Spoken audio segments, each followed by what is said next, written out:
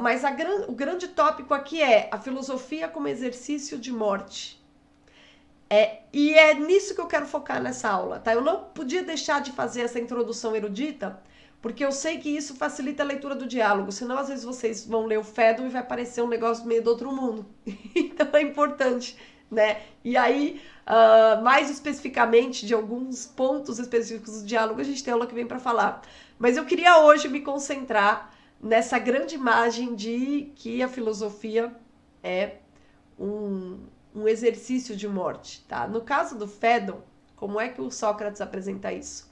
Ele diz justamente, bom, aquele que busca a sabedoria está justamente concentrado em si, afastado do corpo.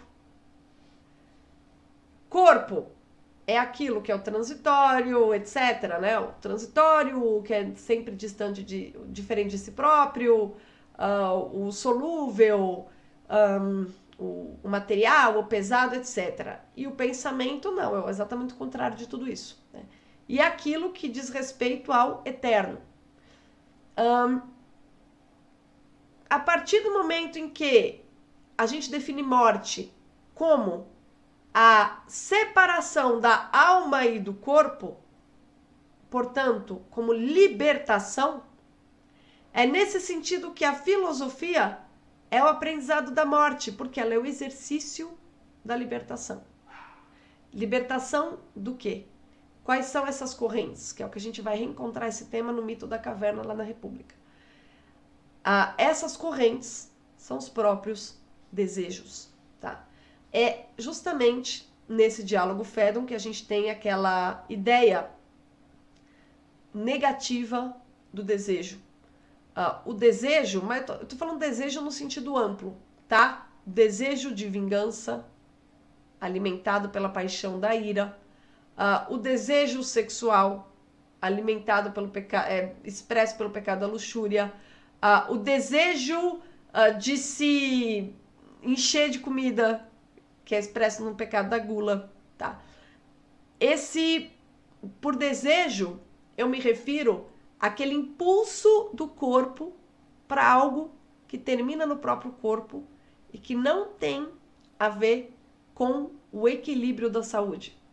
Não é algo que se faz por necessidade, mas por excesso, por vício, por deturpação, tá? Então, desejo enquanto aquele impulso para a deturpação.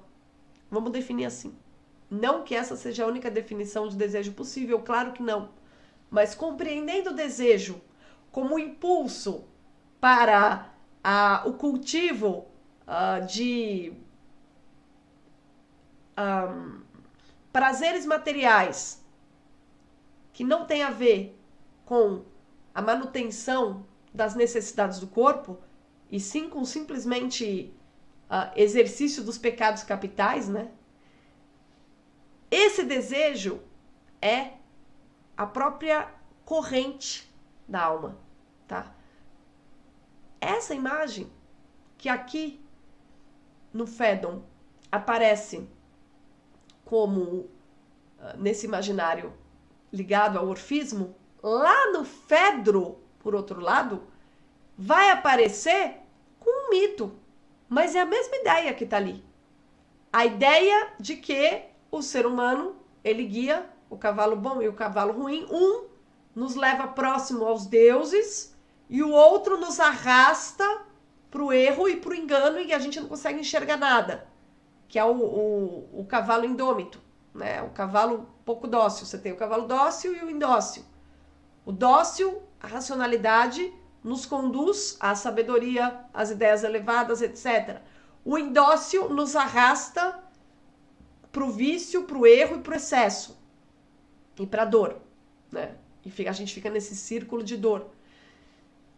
Então, nesse caso, a filosofia, ela é um remédio para a alma, para Platão, no sentido em que ela permite que a alma... lembra no comecinho do Phaedon que o Platão diz o seguinte, o Sócrates diz o seguinte, nossa, É incrível como coisas contrárias sucedem-se umas às outras, né? Ele tá esfregando a perna. Ele, agora eu tô sentindo um alívio aqui na perna, porque como ela tava acorrentada, a pressão das correntes tava me fazendo sentir dor. E agora que essas correntes se soltaram, eu tô sentindo exatamente o contrário, prazer. Por quê? Pelo alívio de ter me libertado daquela dor. A filosofia, ela cumpre exatamente esse papel na alma do homem, tá? Porque a filosofia, ela permite que a alma, lembre-se, né? A alma liberte-se do grilhão do desejo.